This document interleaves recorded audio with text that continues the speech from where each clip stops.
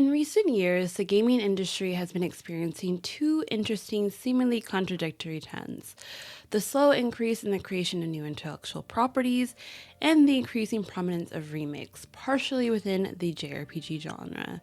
These trends represent the tension between nostalgia and innovation as the developers strive to appeal to both longtime fans and new players in an ever-evolving market. Hello everyone, my name is Fejiro and this is cozyfeji, and on this channel we cover a variety of things such as video essays, reviews, JRPGs, and all things cozy gaming. Now if you guys are not subscribed to my channel, and I really inform that you do, a couple months back I made a video talking about the renaissance and revival of the JRPG genre, and in that video I make reference to or make point about how there's a huge influx in remakes of older IP on older games being remade with new fresh coat of paint, especially with the new technology that has grown over the decades of video gaming history and the industry as a whole.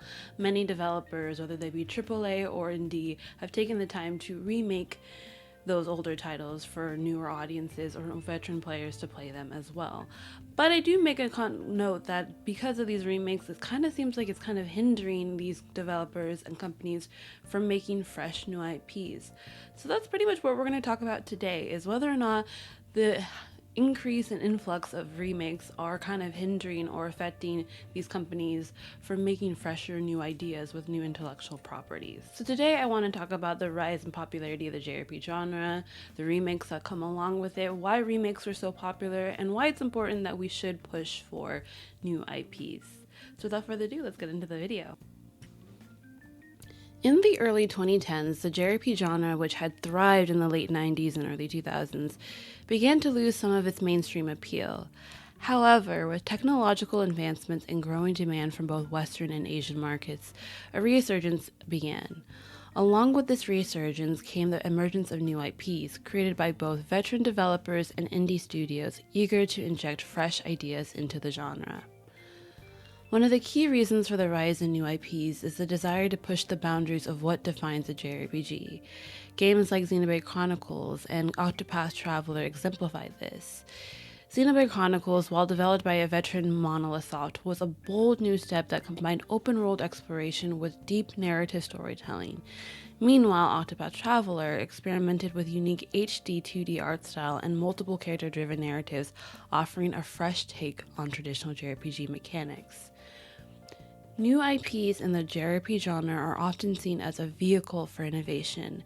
Developers are no longer constrained by the expectations tied to established franchises, allowing them to experiment with new gameplay mechanics, storytelling techniques, and art directions. For example, Persona 5, while technically part of a long-running Shin Megami Tensei franchise, reinvented itself so much that it effectively became a new IP in the eyes of many players. Its sleek, highly stylized interface, real-time social simulation mechanics, and mature themes captured the attention of a broad audience, cementing its status as a modern JRPG masterpiece. Indie studios have also played a critical role in the new wave of IP creation. Games like Sea of Stars and Trained Echoes showcase how smaller studios can breathe new life into the genre, often harkening back to the 16-bit and 32-bit eras but with modern sensibilities. These titles highlight the continued passion for JRPGs among developers and players, showing that new worlds and systems can still captivate. I do want to make it known that just because remakes are being pushed a lot more doesn't mean that these developers aren't making IPs. I think what I've noticed a trend is that bigger companies are having their smaller teams or newer teams create new IPs. A great example of this was Square Enix back in 2023 and a little bit of 2024, but mostly in 2023. And a little bit before that, some of their smaller teams are making a lot of the favorite JRPGs that a lot of me and my friends have played, such as Harvestella or the Octopath Traveler franchise or Triangle Strategy.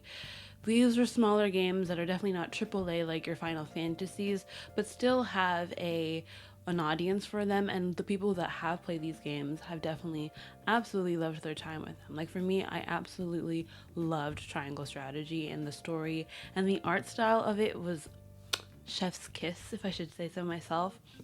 I think what's really cool about the Asano team, which is a developer team within the Square Enix company and Umbrella, have created such great games that still pay homage to the older titles of the PS1 to SNES days of the JRPG genre to what they are today, giving it a fresh coat of paint with the HD 2D style.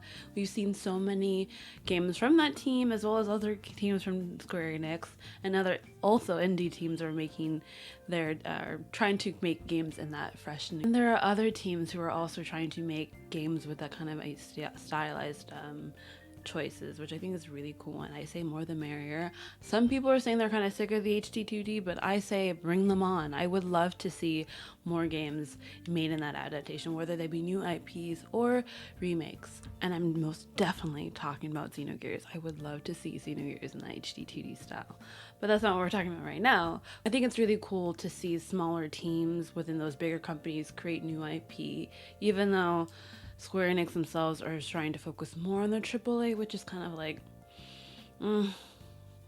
it's kind of a hit or miss. I don't know. I'm just kind of in the middle of that take that they're choosing. Indie teams and indie studios are definitely putting their hat in the ring when it comes to creating new IP. To be honest, I honestly think indie developers are honestly the ones that are making really cool new games and really cool ideas to the genre. Not just with JRPGs, but I think just in gaming as a whole. They're really pushing the boundaries and refreshing, or I think taking older ideas and mechanics that were found in older games that we love, polishing up or adding new features and takes to it that older players and newer players alike can play in and enjoy. And I think it's definitely being rewarded, and people are taking notice of that. I think I mentioned that in my last video as well, but Chained Echoes or See Your Stars are great examples of indie teams who have a small team but have a great idea that also pay homage and respects to older titles, but giving them to the newer audience and giving their new ideas to it as well. Simultaneously, the JRPG genre has seen a remarkable rise in the number of remakes and remasters of classic titles. Major franchises such as Final Fantasy, Dragon Quest, and the Tales of have been at the forefront of this trend. The reasons behind this resurgence are multifaceted, but at the core is the immense nostalgia that these older games invoke and the technical capabilities that modern hardware offers to enhance them. The success of the Final Fantasy VII Remake is emblematic of this phenomenon. For years, fans clamored for a remake of what is often considered one of the greatest JRPGs ever made, and Square Enix delivered a reimagining that both honored the original while updating it for a new generation. This remake wasn't just about graphical improvements. It reworked gameplay systems, added new story content, and expanded the narrative in ways that deepened the lore of the original while making it more accessible to a modern audience. Another notable remake is Live Alive, a cult classic JRPG from 1994 that was re-released with an HD 2D visual makeover. This remake not only revived a relatively obscure title, but introduced it to a broader global audience that never had the chance to experience it upon its original release. These remakes serve as a testament to the staying power of older JRPGs, which, despite being decades old, still resonate emotionally with players today. From a business perspective, remakes offer a safer investment for publishers. The market for nostalgia games is robust, with older players eager to relive their childhood experiences through modern interpretations.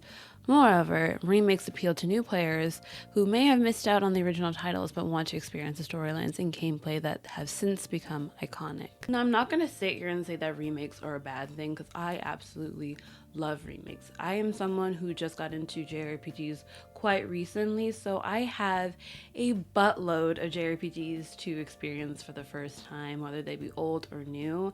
And whenever there's a new remake of a game or of a franchise that I've always been interested in or have heard great things about, I'm more than happy and welcome to bring in those remakes, because it gives me an opportunity to play them. Because let's be real, sometimes playing older titles, you need to have the right console, or sometimes if they don't have it on multiple platforms, it's hard to play that certain game. Sometimes, I'm not gonna lie, older games are not kind of harder to play, and that might be just a skill issue on my part. I love that be known. But I think having remakes are definitely a good thing to have older players and newer players experience these games for the first time.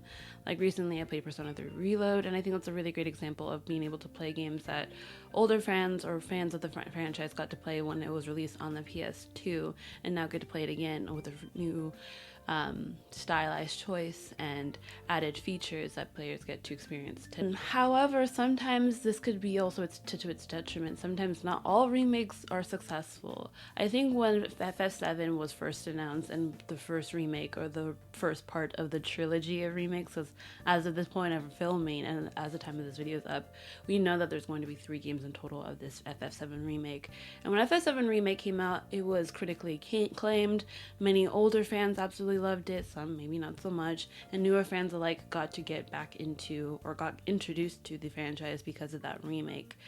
But we've noticed that there's been a downward trend with the trilogy because with FF7 Rebirth, it didn't sell as well as Square Enix anticipated, and of course being a sequel to an already established game, some people were kind of more apprehensive to get into this game.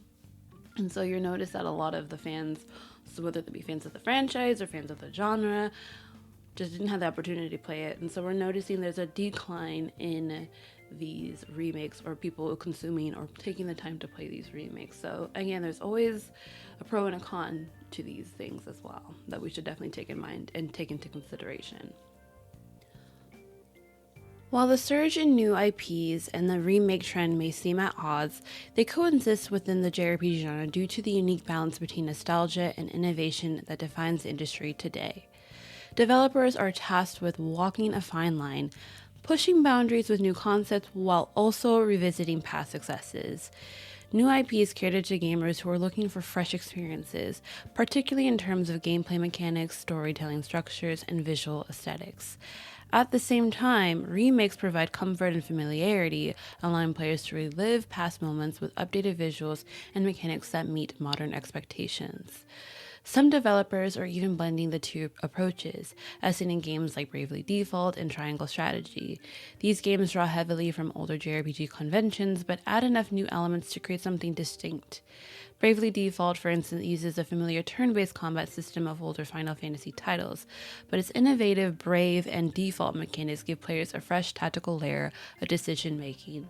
Similarly, Triangle Strategy revives the grid-based tactical combat system seen in classics like Final Fantasy Tactics, but updates the formula with an emphasis on player choice and moral consequences. I think in order to make new IPs as well as remakes to do well is the innovation that the developers are willing to put into these games.